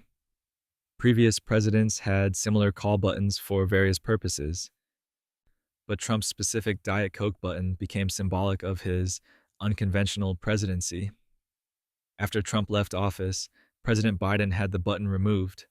The story exemplified Trump's personalization of the White House and his unapologetic embrace of his preferences, regardless of image concerns. And speaking of presidents with unusual collections, another modern president had an impressive array of childhood memorabilia. Chapter 70, Lincoln's Seances, Mary Todd. Lincoln held seances in the White House after their son Willie died from typhoid fever in February 1862. Devastated by grief, Mary sought spiritualism, which was popular in 19th century America, to contact Willie's spirit. She convinced Abraham Lincoln to attend at least one seance, though he remained skeptical. The most famous seance occurred in the Red Room with medium Nettie Colburn Maynard, who claimed Willie's spirit appeared. Lincoln tolerated his wife's spiritualist interests, partly from sympathy for her grief and partly from curiosity about the phenomena, though he never embraced it himself. Mary also consulted medium Charles Colchester regularly. Lincoln's attendance at seances remained controversial. Supporters cited it as evidence of his open-mindedness, while critics suggested it showed poor judgment. The Lincolns had lost their son Eddie years earlier, intensifying Mary's grief. And speaking of first ladies influencing presidential decisions through unconventional means, another president's wife consulted different cosmic guidance. Chapter 71, Reagan's Astrology Consultations. Nancy Reagan regularly consulted astrologers after the March 1981 assassination attempt on her husband, using their advice to influence Ronald Reagan's schedule. San Francisco astrologer Joan Quigley became particularly influential, consulted on timing for speeches, press conferences, and the 1985 Geneva summit with Soviet leader Mikhail Gorbachev. Chief of Staff Donald Regan revealed this practice in his memoir, causing controversy. Nancy Reagan defended her actions, saying she was desperate to protect her husband, and that astrology only affected timing, not policy decisions. Quigley claimed credit for timing that contributed to Reagan's political successes. The revelation embarrassed the Reagan administration and sparked debate about judgment and superstition in the White House. Reagan himself was reportedly less interested in astrology than his wife, but tolerated her consultations. And speaking of unusual items displayed in the executive mansion, an earlier president showcased prehistoric remains. Chapter 72, Jefferson's Mammoth Bones. Thomas Jefferson displayed fossilized mastodon bones in the East Room of the White House, transforming it temporarily into a natural history museum. Jefferson was fascinated by paleontology and natural history, commissioning expeditions to find evidence of extinct American megafauna. William Clark sent him bones and fossils from the Lewis and Clark expedition, which Jefferson meticulously examined and cataloged in the White House. He believed mastodons might still exist somewhere in unexplored Western territories. Jefferson's interest was partly scientific and partly patriotic. He wanted to prove American animals matched or exceeded European species in size and grandeur. The East Room display scandalized some visitors who thought fossils belonged in museums, not the president's house. Jefferson later donated specimens to scientific institutions. His paleontological interests contributed to American natural science development. And speaking of unconventional presidential behavior involving water, another president's swimming habits were particularly uninhibited. Chapter 73, The White House Pool. Franklin D. Roosevelt had an indoor swimming pool built at the White House in 1933 to help him exercise his polio-weakened legs. The pool was located in the West Wing colonnade connecting the residence to the executive office. Roosevelt swam regularly, finding the water therapeutic and one of the few exercises he could perform comfortably. The pool measured 55 feet long and 15 feet wide. Many presidents after FDR used it, including Kennedy, who swam despite his back problems. Richard Nixon covered the pool in 1970 to create the White House press briefing room, which still exists above the original pool. Gerald Ford later built an outdoor pool on the South Lawn. The original indoor pool remains beneath the press room floor, preserved but inaccessible. And speaking of athletic presidents, one former college football star became known for something quite different. Chapter 74, Ford's Clumsiness. Gerald Ford developed a reputation for clumsiness, despite being one of the most athletic presidents in history. He played center for the University of Michigan football team, helping them win national championships in 1932 and 1933. He turned down professional offers from the Detroit Lions and Green Bay Packers. Yet as president, Ford stumbled on airplane stairs, bumped his head on helicopter doors, and slipped on ski slopes. Incidents captured by cameras and endlessly replayed. Saturday Night Live's Chevy Chase mercilessly mocked Ford's supposed klutziness, cementing this unfair reputation. In reality, Ford's stumbles were normal mishaps amplified by media coverage and comedy. His actual athletic ability was exceptional. He skied, swam, and golfed regularly. The clumsy image hurt him politically, suggesting incompetence despite his genuine capabilities. Ford's presidency suffered from unfair characterization. And speaking of unfortunate incidents involving presidents and food, a more recent president had a memorable snack related mishap. Chapter 75: Bush Jr.'s pretzel incident. George W. Bush fainted after choking on a pretzel while watching football on television in January 2002. He was alone in his residence, briefly lost consciousness, and fell from his couch, bruising his face. When Secret Service agents found him, Bush had a scrape on his cheek and a bruised lip. The White House initially attributed the fainting to the choking incident. Doctors examined Bush and found no underlying health problems, concluding he'd failed to properly chew the pretzel and it lodged in his airway, causing a brief loss of consciousness. The incident sparked jokes and late-night comedy routines, but also raised serious questions about presidential security.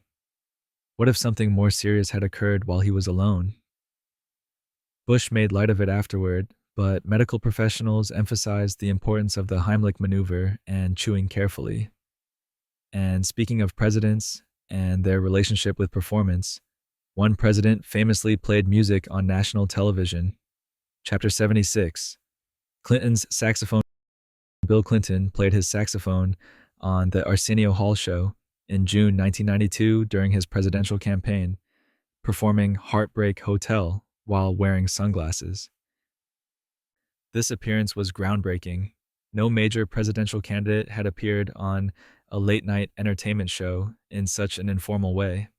Clinton's saxophone performance helped him connect with younger voters and present himself as relatable and culturally relevant. He had played saxophone since high school and was genuinely talented. The appearance was strategic, reaching audiences who didn't watch traditional news. Critics called it undignified, but it effectively humanized Clinton and demonstrated his comfort with popular culture. He played saxophone at various other events throughout his presidency. This moment represented changing campaign strategies and media fragmentation. Clinton's cultural fluency contrasted with his opponent's more traditional approaches. And speaking of presidents with distinctive transportation habits, one current president became legendary for his rail travel. Chapter 77: Biden's Amtrak miles. Joe Biden rode Amtrak trains between Delaware and Washington for 36 years, during his Senate career accumulating over 2 million miles. He commuted daily to be home with his sons after his first wife and daughter died in a 1972 car accident. Biden became known as Amtrak Joe, and the railroad named the Wilmington, Delaware station the Joseph R. Biden Jr. Railroad Station in his honor in 2011. Amtrak conductors knew him personally, and Biden often mentioned encounters with rail workers in speeches. This daily routine kept him connected to his Delaware constituents and family rather than becoming a Washington insider. Biden's Amtrak commute became central to his political identity, representing middle-class values and family commitment. He continued riding trains even as vice president when possible. And speaking of unusual presidential transportation, another president had a vehicle that terrified passengers for entertainment. Chapter 78: LBJ's amphibious car prank. Lyndon B. Johnson owned an amphicar, a German-made vehicle that could drive on roads and float on water. He delighted in pranking guests at his Texas ranch by driving them toward his lake while shouting that the brakes had failed. Passengers would scream as the car plunged into the water, only to realize it floated and had a propeller. Johnson would laugh hysterically at their terror before calmly motoring around the lake. The amphicar was light blue and could reach 7 miles per hour on water. Johnson used this prank repeatedly on unsuspecting visitors, never tiring of their reactions. The vehicle represented Johnson's love of technology, his domineering personality, and his crude sense of humor. He also drove guests around his ranch at terrifying speeds in Lincoln Continentals. Johnson's pranks reflected his need to control and dominate every situation. And speaking of presidents with extraordinary mental abilities, one earlier president demonstrated remarkable linguistic dexterity. Chapter 79: Teddy Roosevelt's boxing habit. Theodore Roosevelt boxed regularly in the White House, maintaining his strenuous life philosophy even during his presidency. He sparred with military aides, cabinet members, and anyone willing to step into the ring he'd installed. In 1904 or 1905, a punch from a military aide detached Roosevelt's left retina, permanently blinding that eye. Roosevelt kept the injury secret for years, fearing it would make him appear weak. He never publicly revealed the blindness during his presidency. After the injury, Roosevelt switched from boxing to judo and jiu-jitsu, training with Japanese instructors. He earned a brown belt in judo, becoming the first American to achieve that rank. Roosevelt's commitment to physical vigor was almost pathological. He believed physical and moral strength were connected. He regularly took ambassadors and visitors on exhausting hikes through Rock Creek Park. And speaking of unconventional White House pets, one president kept a particularly unusual animal companion. Chapter 80. Coolidge's pet raccoon. Calvin Coolidge and his wife Grace kept a pet raccoon named Rebecca, who walked on a leash around the White House grounds. Rebecca was originally sent to the Coolidges as a Thanksgiving dinner entree in 1926, but they couldn't bear to eat her and adopted her instead. Rebecca lived in a treehouse built specifically for her near the White House. The Coolidges later acquired a second raccoon named Horace to keep Rebecca company. Rebecca was eventually sent to the zoo when she became difficult to manage. The Coolidges owned numerous exotic pets, including a bobcat named Smokey, a donkey named Ebenezer, lion cubs, a wallaby, a bear, and birds. Grace Coolidge was particularly fond of animals and welcomed them to the executive mansion. These exotic pets reflected 1920s attitudes before modern wildlife conservation regulations. And speaking of White House policies regarding consumables, another president enforced strict rules about alcohol. Chapter 81. Hayes's ban on alcohol, Rutherford. B. Hayes and his wife Lucy banned alcohol from all White House functions, earning Lucy the nickname Lemonade Lucy. The ban began in 1877 and continued throughout Hayes's term. Lucy was a devout Methodist and temperance advocate who believed serving alcohol sent the wrong message.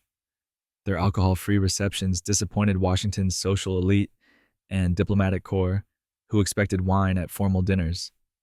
Some guests smuggled flasks or left early to drink elsewhere. The policy was controversial. Critics mocked it as prudish, while temperance supporters praised it. One story claims that White House staff secretly spiked oranges with rum, though this is likely apocryphal. The Hayes ban predated Prohibition by decades, reflecting growing temperance movement influence. Hayes himself supported his wife's decision, believing it politically advantageous with temperance voters. And speaking of presidents with specialized technical knowledge, one 20th century president had nuclear expertise. Chapter 82. Carter's nuclear background. Jimmy Carter worked as a nuclear submarine engineer in the U.S. Navy, serving under Admiral Hyman Rickover in the nuclear submarine program. Carter graduated from the Naval Academy in 1946 and joined the submarine service. He was selected for the elite nuclear propulsion program and helped commission the USS Seawolf, one of America's first nuclear submarines. In 1952, Carter participated in cleanup efforts after a partial meltdown at Canada's Chalk River nuclear facility, entering the damaged reactor core for brief periods, despite radiation exposure. Carter's nuclear engineering background gave him unique technical expertise among presidents. After his father died in 1953, Carter resigned from the Navy to run the family peanut farm, but his nuclear knowledge influenced his later energy policies and his opposition to nuclear weapons proliferation. And speaking of presidential pets in modern times, one recent president chose dogs for a specific reason. Chapter 83. Obama's Portuguese Water Dogs. Barack Obama's family chose Portuguese water dogs specifically because daughter Malia had allergies, and the breed is hypoallergenic. Their first dog, Bo, arrived at the White House in April 2009 as a gift from Senator Ted Kennedy. Bo was named after the president's initials and Michelle Obama's father's nickname. The Obamas adopted a second Portuguese water dog, Sonny, in August 2013 to keep Bo company. Both dogs became celebrities, appearing in White House photos, greeting visitors, and maintaining active social media presence. Portuguese water dogs are intelligent, energetic, and historically worked with Portuguese fishermen. Bo and Sonny participated in the annual White House Easter egg roll and other events. The Obama dogs represented the family's carefully cultivated image of normalcy and warmth. And speaking of groundbreaking presidential pets, the next administration brought another historic first. Chapter 84. Biden's rescue dog, Joe Biden's dog Major, became the first shelter dog to live in the White House when Biden took office in 2021. The Bidens adopted Major from the Delaware Humane Association in 2018, bringing attention to shelter animal adoption. Biden also brought his other German Shepherd, Champ, who had been with the family since 2008. Major had adjustment difficulties in the White House, reportedly involved in biting incidents with Secret Service and staff, leading to additional training. Champ died in June 2021 at age 13. The Bidens later added Commander, another German Shepherd, and Willow, a cat. Major was eventually rehomed with family friends where he could live in a quieter environment. The Bidens' choice of a rescue dog highlighted animal welfare issues and encouraged shelter adoptions nationwide. Presidential pets have always captured public imagination, humanizing political figures. Chapter 85. Buchanan and King James. Buchanan maintained a lifelong close friendship with Alabama Senator William Rufus King that sparked speculation and mockery from contemporaries. Andrew Jackson called them Miss Nancy and Aunt Fancy, using 19th century slang suggesting effeminacy. Other politicians referred to King as Mrs. Buchanan and Buchanan's better half. The two men shared lodgings in Washington for over 15 years, while both served in Congress. Their extensive correspondence reveals deep emotional connection, with Buchanan writing about feeling lonely after King's diplomatic posting to France. King died shortly after becoming vice president in 1853, never serving with his close friend. Buchanan never married and remained the only bachelor president. Whether their relationship was romantic or simply a deeply affectionate friendship, characteristic of 19th century male relationships, remains debated by historians. The ambiguity reflects different eras' understanding of male intimacy. And speaking of enduring presidential myths that need correction, one founding father's dental situation has been grossly misrepresented. Chapter 86. Washington's dentures. George Washington's dentures were made from ivory, lead, gold, and even animal and human teeth, but never wood, despite persistent myths. Washington began losing teeth in his 20s, possibly due to disease or mercury treatment for smallpox. By his first inauguration in 1789, he had only one natural tooth remaining. His dentures were painful, ill-fitting contraptions that caused him constant discomfort and affected his speech and appearance. The ivory came from hippopotamus and elephant tusks. Some dentures incorporated human teeth purchased from poor people or extracted from slaves, a disturbing historical reality. Washington owned multiple sets made by dentist John Greenwood. The dentures required constant adjustment and gave Washington's face its characteristic sunken appearance in later portraits. His dental problems influenced his reluctance to speak publicly and contributed to his stern expression. The wood myth likely arose because ivory stains brown, resembling wood grain. Washington's dental suffering reminds us that even great leaders faced everyday miseries. Chapter 87. Grant's speeding ticket, Ulysses S. Grant was arrested for speeding on his horse through Washington streets while serving as president, an incident already mentioned but worth expanding. Officer William West of the Metropolitan Police stopped Grant near 13th and M Streets after observing his reckless riding in 1872. When West recognized President Grant, he apologized and prepared to let him go. Grant insisted West do his duty regardless of who he'd stopped, showing remarkable personal integrity. West issued a warning. The next day, Grant was caught speeding again in the same area. Officer West arrested him this time, taking Grant's horse and carriage as security. Grant walked back to the White House. He paid a $20 fine, though some accounts suggest he forfeited collateral rather than appearing in court. This incident exemplifies Grant's fundamental decency and respect for law. Despite his presidency's corruption scandals involving appointees, Grant himself maintained personal honor. Chapter 88. Taft's failed re-election. William Howard Taft's presidency ended badly when his mentor Theodore Roosevelt challenged him in the 1912 election, splitting the Republican Party and ensuring Democrat Woodrow Wilson's victory. Taft and Roosevelt had been close friends. Roosevelt handpicked Taft as his successor in 1908, but Roosevelt grew frustrated with Taft's conservative approach and challenged him for the Republican nomination. When that failed, Roosevelt ran as a progressive bull moose candidate. The split gave Wilson the presidency with only 42% of the popular vote. Taft won only 8 electoral votes, the worst showing by an incumbent president seeking re-election. Despite this humiliation, Taft found happiness afterward, achieving his true ambition when Warren Harding appointed him Chief Justice in 1921. Taft called his Supreme Court years the most fulfilling of his career, far preferring judging to politics. His failed re-election ultimately led him to his ideal position. Chapter 89. Wilson's stroke cover-up. Woodrow Wilson's stroke in October 1919 left him partially paralyzed and cognitively impaired for the final 17 months of his presidency, creating a constitutional crisis hidden from the American public. Wilson had been traveling to promote the League of Nations when he collapsed. His wife, Edith, and Dr. Cary Grayson concealed the severity of his condition, turning away cabinet members and senators who requested meetings. For months, almost nobody saw the president. Edith Wilson controlled all access and decided which matters to present to her husband, effectively serving as acting president, though she had no constitutional authority.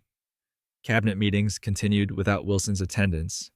The cover-up succeeded because there were no provisions for handling presidential disability until the 25th Amendment passed in 1967.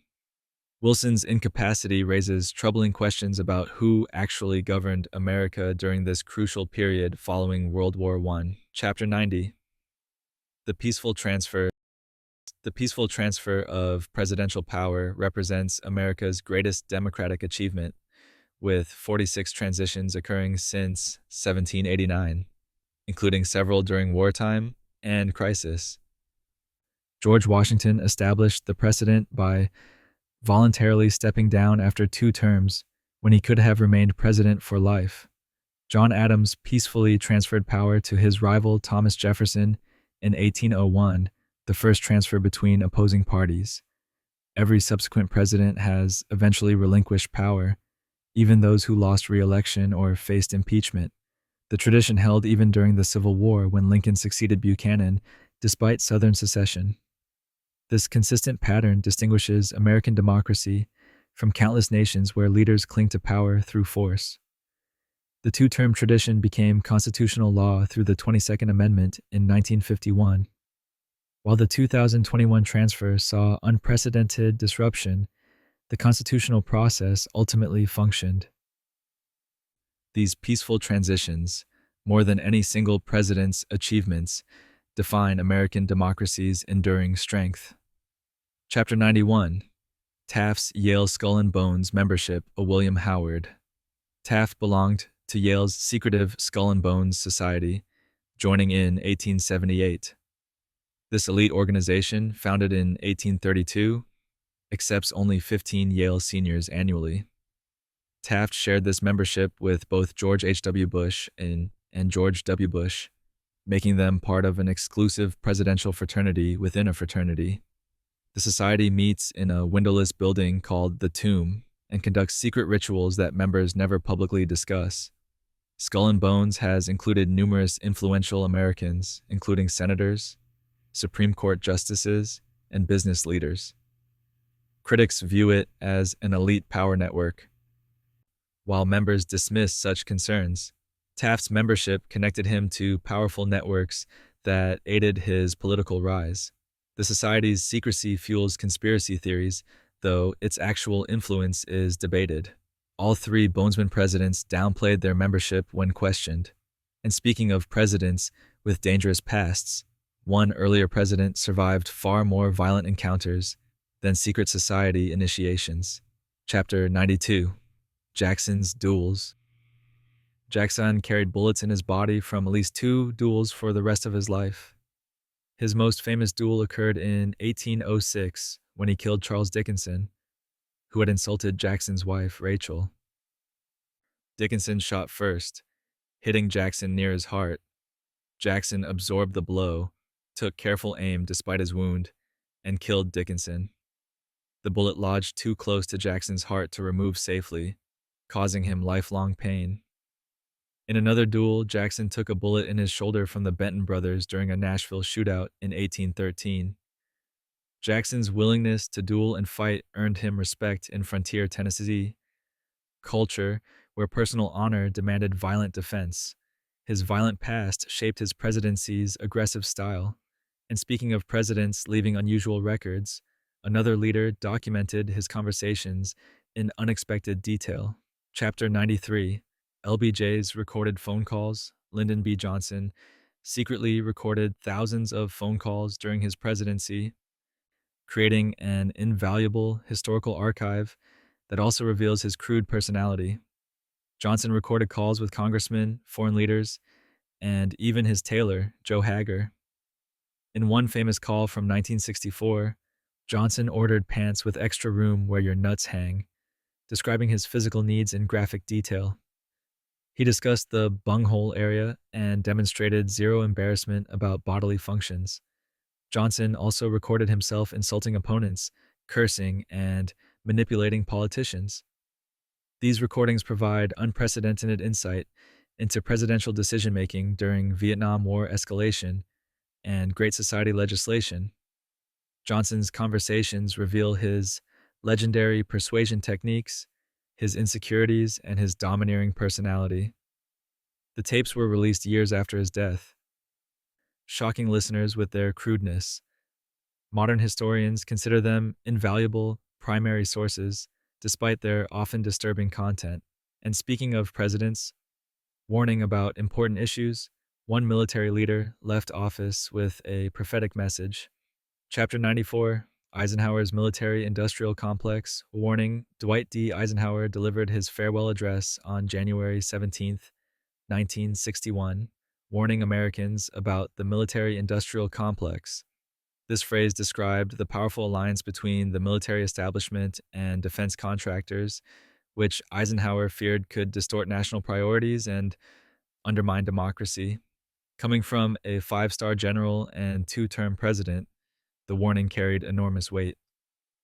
Eisenhower worried that military spending and weapons development would become self-perpetuating, driven by profit motives rather than actual defense needs.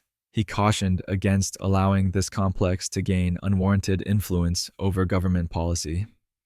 The speech has become increasingly relevant as defense spending grew throughout the Cold War and beyond. Eisenhower's warning is now considered prophetic, though largely unheeded. His military credentials made the warning impossible to dismiss as naive pacifism. The speech represents a remarkable moment of presidential candor about systemic problems. And speaking of presidents engaging with popular culture, a modern president embraced sports entertainment in a very public way. Chapter 95: Obama's March Madness Brackets. Barack Obama filled out NCAA March Madness basketball tournament brackets annually and broadcast his selections from the White House, making it a presidential tradition. ESPN televised his bracket reveals, analyzing his picks and predictions. Obama typically chose higher-seeded teams, despite claiming to believe in underdogs. He never correctly predicted the tournament winner in any year of his presidency, though he came close several times. Critics argued he was wasting time on sports during national crises, while supporters saw it as humanizing the presidency. Obama's love of basketball was genuine. He played regularly and had a court installed at the White House. His bracket picks demonstrated his competitive nature and sports knowledge. The annual ritual connected Obama with millions of Americans who filled out brackets themselves. This tradition represented changing presidential communication strategies using popular culture. And speaking of presidents and their beloved pets, one earlier president defended his dog in a famous campaign speech. Chapter 96, FDR's dog Fala, a Franklin D. Roosevelt, gave his famous Fala speech in September 1944, defending his Scottish Terrier against Republican accusations. Critics claimed Roosevelt had sent a destroyer to retrieve Fala from Alaska at taxpayer expense, wasting thousands of dollars.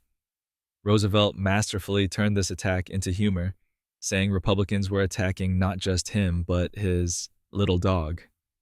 He claimed Fala's Scotch soul was furious at the accusations. The speech brilliantly deflected criticism by making Republicans seem petty for attacking a beloved pet. Fala became the most famous presidential pet, appearing in films, statues, and even a memorial alongside Roosevelt. The dog traveled everywhere with the president and was present at numerous historic meetings. After Roosevelt died in 1945, Fala attended the funeral and lived with Eleanor Roosevelt until dying in 1952. The Fala speech remains studied as a masterpiece of political rhetoric. And speaking of surprising presidential characteristics, another beloved leader sounded quite different than people expect. Chapter 97, Lincoln's voice. Abraham Lincoln's voice was described by contemporaries as high-pitched, reedy, and somewhat shrill. Nothing like the deep, resonant baritone most people imagine. Witnesses consistently noted his thin, penetrating voice that could carry across large crowds despite lacking deepness. Lincoln's Kentucky accent and frontier speaking style initially struck many Easterners as unsophisticated. However, his voice's carrying power and his masterful rhetoric overcame any initial negative impressions. Lincoln spoke slowly and deliberately, allowing his words maximum impact. His high-pitched voice probably resulted from his unusually tall, thin physique and long vocal cords. No recordings exist, but multiple written accounts agree on these vocal characteristics. The disconnect between Lincoln's actual voice and modern perceptions shows how history mythologizes leaders. Films and popular culture have given Lincoln a deep voice that serves dramatic purposes but distorts reality.